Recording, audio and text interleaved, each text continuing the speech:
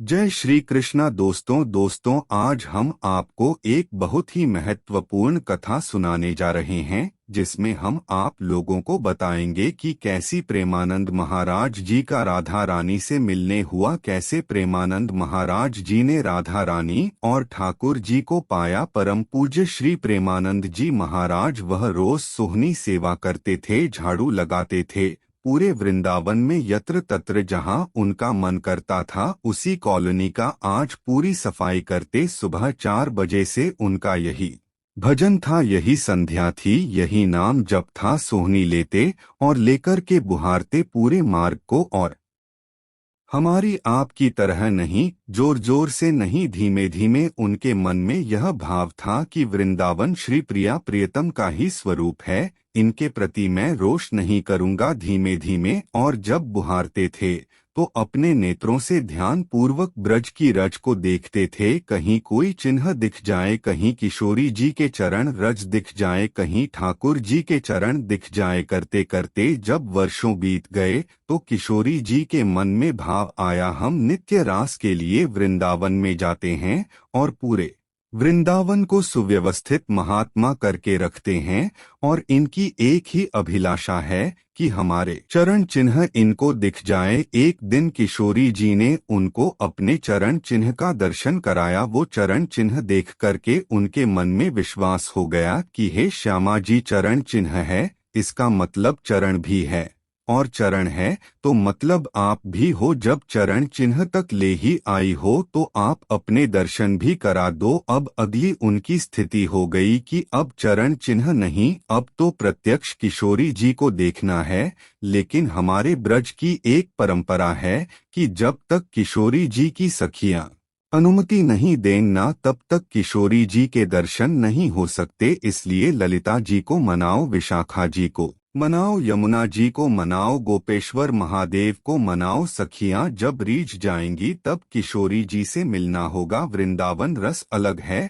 अभी हम 15 तारीख से जो कथा करने वाले हैं वह वृंदावन रस के ही ऊपर है। 15 से लेकर के 18 अप्रैल तक गांधी धाम कच्छ गुजरात में जहां पर वृंदावन रसामृत पद लिखा गया, वहां उस कथा को आप लाइव सुनना। उसमें वृंदावन रस की ज्यादा चर्चा करेंगे।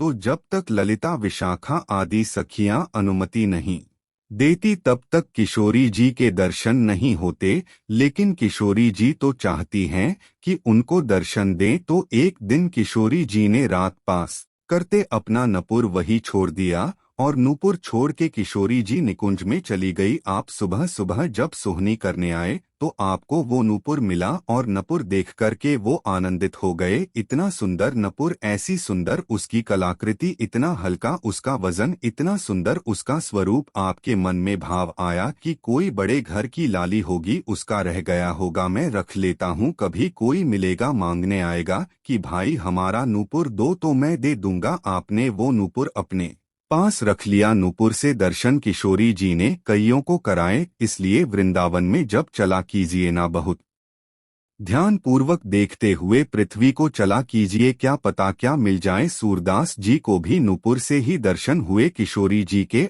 और आज इन महापुरुष को भी हो रहे हैं। मुझे नाम स्मृति में नहीं आ रहा है, शायद संभवत श्याम चरण दास जी नाम था। तो नूपुर को अपने पास रख लिया। किशोरी जी का नियम है कि जब रास में जाती हैं तो सब सखियां उनका श्रृंगार करती हैं, और एक एक श्रृंगार जो उन्होंने धारण किया है वो लिख लेती हैं। कान में कुंडल पहने हैं, गले में यह हार पहना है, उसके ऊपर मोतिन की माला पहनी है, फिर गुंजा माला पहनी है, फिर नवलखा के हार पहने हैं, हाथन में इतने कड़ला पहने हैं, पैरन में पाजे क्यों, बोले रास में श्याम सुंदर आते हैं, पताना का चोरी करके भाग जाए, अगर एक कम रह जाए तो फिर ठाकुर जी की शामत कहाँ है, हमारी श्री जी का श्रृंगार बताओ। इसलिए सब सखियां जो है किशोरी जी के सिर से लेकर नख तक एक एक श्रृंगार को लिख लेती हैं, पहले रास में भेजने से पहले और फिर रास में आने के बाद, रास से आने के बाद फिर सब सखियां एक एक श्रृंगार। एक बोलेगी हाँ भाई, कानन में यह कुंडल है, सिर पर ऐसा सुंदर वो है, गले में ऐसी माला है, हाथन में कड़ला, पामन में ये दो पाजेब है, सब गिनती करो, और एक एक करके उतारती जाती है। सखियां, आज किशोरी जी के चरणों का एक नपुर नहीं है। शाखा आदि बोली है, श्यामा जी आपका एक नपुर कहाँ गया? बोले, अरे मो तो पता ना है, सके नृत्य करते करते रह गए हो वृंदावन में। ललिता विशाखा बोली, स्वर्ग के इंद्र के हाथी के दांतों से बना हुआ नपुर है, वह सामान्य नपुर नहीं है। आपके ऊपर तो कोटि कोटि ब्रह्मांड वारी बारी जाते हैं, किशोरी जी पर वो नपुर ठाकुर जी ने आपको भेंट किए, बड़े बहुमूल्य नपुर है। अब किशोरी जी बोली, मोहना पता कहाँ रहेगा कहीं पर। किशोरी जी तो मन बहुमूल्य वस्तु किसी पर देखते हैं तो सब अपना अपना बताते हैं। रोड में अगर 100 रुपए गिर जाए और 50 लोग वहां से निकल रहे हो कि कोई पूछे भैया 1 रुपया किसका, सब अपनी जेब चेक करते। भले ही कुछ लेने नहीं थे, भले ही जेब में कुछ नहीं था, फिर भी देखते हैं लग तो मेरा ही रहा है, थे मेरे जेब में 100 रुपए तो थे, सब अपना बताते हैं। बहुमूल्य वस्तु को तो मैं कैसे मानूं कि तुम्हारा नूप हो रहा है। अरे बाबा, हम कह रहे हैं तुमसे, बोले कहवे को। अभी मैं तो असमंजस में पड़ जाऊंगा कि मैंने गलत आदमी दे दियो बाबा, तो फिर कैसे मानेगो? बोले, एक नूपुर मेरे पास है, एक नपुर तुम्हारी बहू ने ही पहन रखो, बा को ले आओ और यहाँ ला करके पहले नूपुर की पहचान करा दो, मैं दूसरा दे दूंगा। ललिता विशाखा बोली, बड़ा चतुर बाबा है, श्री जी को बुला रहा है। अरे बाबा, तो शर्म ना आवे, ऐसी घर की बहू बेटी ने हम तेरे पास ले आवेंगे? बाबा बोले, तो फिर चले जाओ, तुम पर भैया खूब धन धान्य दूसरों ऊपर बनवा लियो, जिन पर ही रहने दो। ललिता विशाखा बड़ी चिंता में लौट करके आई तो किशोरी जी बोली, क्या बात है, आप इतनी चिंतित क्यों? बोले, एक बाबा है, बाने आपको नपुर धलियो, यूं कहो है कि पहले जिनके पास एक नपुर है उनको लेकर आओ, तब दूसरा दूंगा। तो श्री जी बोले, इसमें क्या देर है, फिर ले चलो, चलते हैं ना। विशाखा जी समझ गई, बोले, हे ललिता जी, यह सब लीला किशोरी जी कर रही है, इनको दर्शन देना है उनको, और हमसे और आपसे स्पष्ट कह नहीं सकती, क्योंकि हम तो फिर सबको परखने लगती हैं ना कि इसमें कोई दोष तो नहीं, इसमें क्या गुण है। इसलिए किशोरी जी सीधे हमसे नहीं बोल करके और यह लीला कर रही है, इनको ले चलो। और किशोरी जी आई वृंदावन, और महात्मा बैठे सोहनी कर रहे थे, और सामने से जैसे ही किशोरी जी को आते हुए देखा, बाबा ले हमारी बहुआ गई, अब नूपुर दे दे, देख यहाँ को नूपुर भी वैसा ही है। बाबा बोले, मेरी आंख की कमजोर है, नेक दूर तक दिख ना रही, पास ला के हाथ से स्पर्श कराओ। ललिता विशाखा बोले, बाबा तो शर्म ना आ रही, अपनी बहू को स्पर्श करावे? तो बोले, चरण स्पर्श करावे में कहाँ देर, ले आओ। किशोरी जी समीप गई, जैसे ही चरण स्पर्श किए, अपने हाथों से नपुर पहना के लिपट गए चरणों से। हे किशोरी जी, हे श्यामा जी, अब कृपा करो, मैं जानू ना तो यह दोनों कोई बूढ़ी मैया है, और ना आप इनकी बहू हो, आप साक्षात किशोरी हो, और ये ललिता विशाखा है।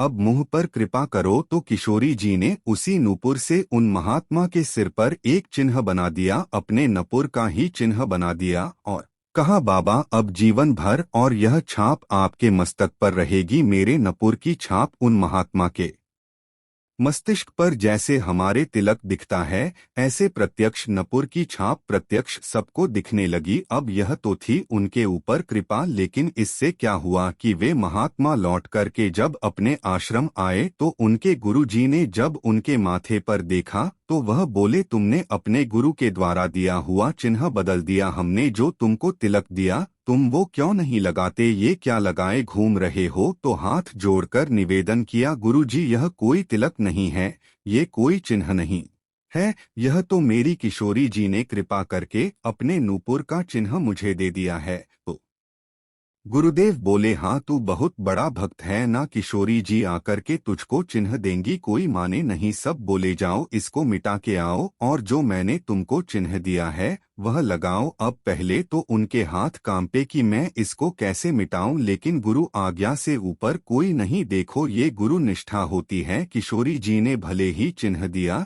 लेकिन गुरु आज्ञा है तो ठीक है। गए यमुना जल से सुबह से शाम हो गई मिटाते मिटाते, लेकिन वो चिन्ह मिटा नहीं। उनसे शाम को लौट के आश्रम आए तो गुरुजी बोले, मैंने तुझे सुबह टोका था ना, यह चिन्ह मिटा के आ, तू अभी भी नहीं मिटा रहा? बोले, गुरुजी मैंने प्रयास तो बहुत कर लिया, लेकिन यह मिट नहीं रहा है।